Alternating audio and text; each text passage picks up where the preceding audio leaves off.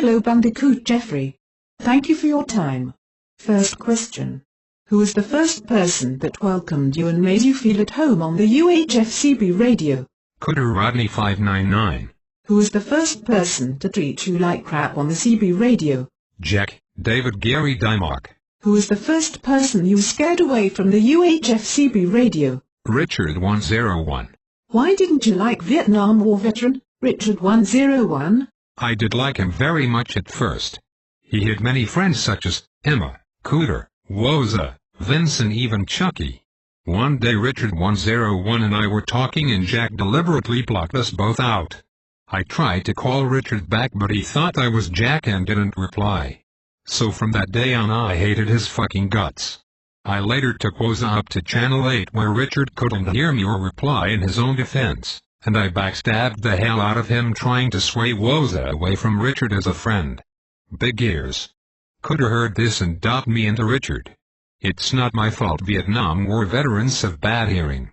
I love Jack even though the whole fucked up matter between me, Richard and later Cooter, was all Jack's fault to start with. Bandicoot, when you first started using UHF CB radio and nobody knew of you, which popular CB personality did you copy to fit in quicker with the core CB users such as Davo, Redback, Chucky, Noddy, Bulldog, Paul, and others? Cooter Rodney.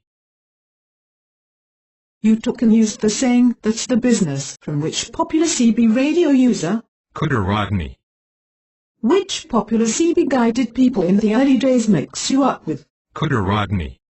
How did you feel always having people mistake you for Cooter Rodney? At first it was great because everyone loved him, so they also loved me. Never knock back a free ride baby. But after a while I got sick of being his shadow. So I reinvented myself as a woman hater. Is it true that you slag off elderly women and their daughters on the CB radio? Yes. Ask Emma and her mother 01. I think it's great.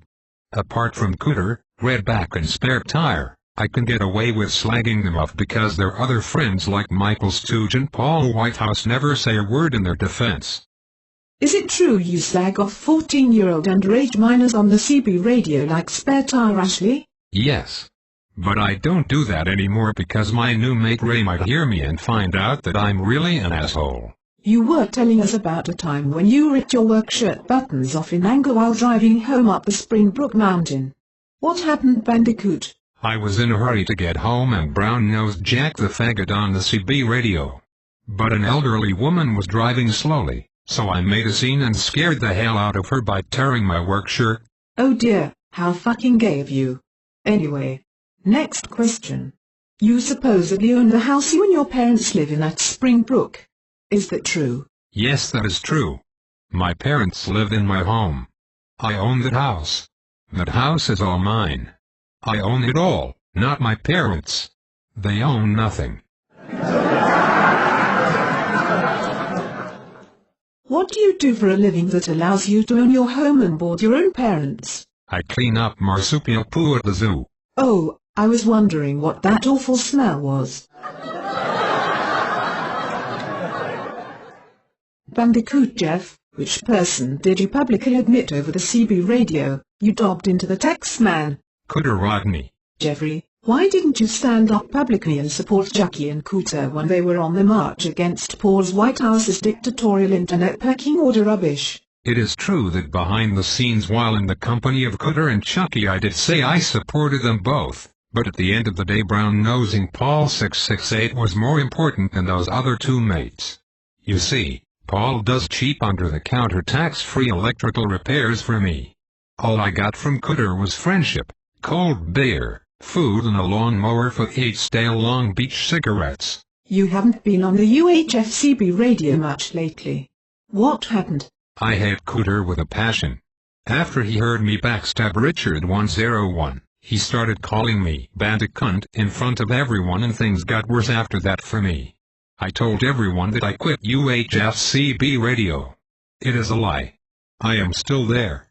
I am laying low until David Dymock, Paul Whitehouse and his de facto brother-in-law Uncle Robert aka SS Nazi and their plan to rid Cooter from the UHF CB radio is complete. In the meantime, how is the noisy 27 meg CB radio working out for you? Oh, it's great. I can backstab to my heart's content. Yes, we know, we have been listening.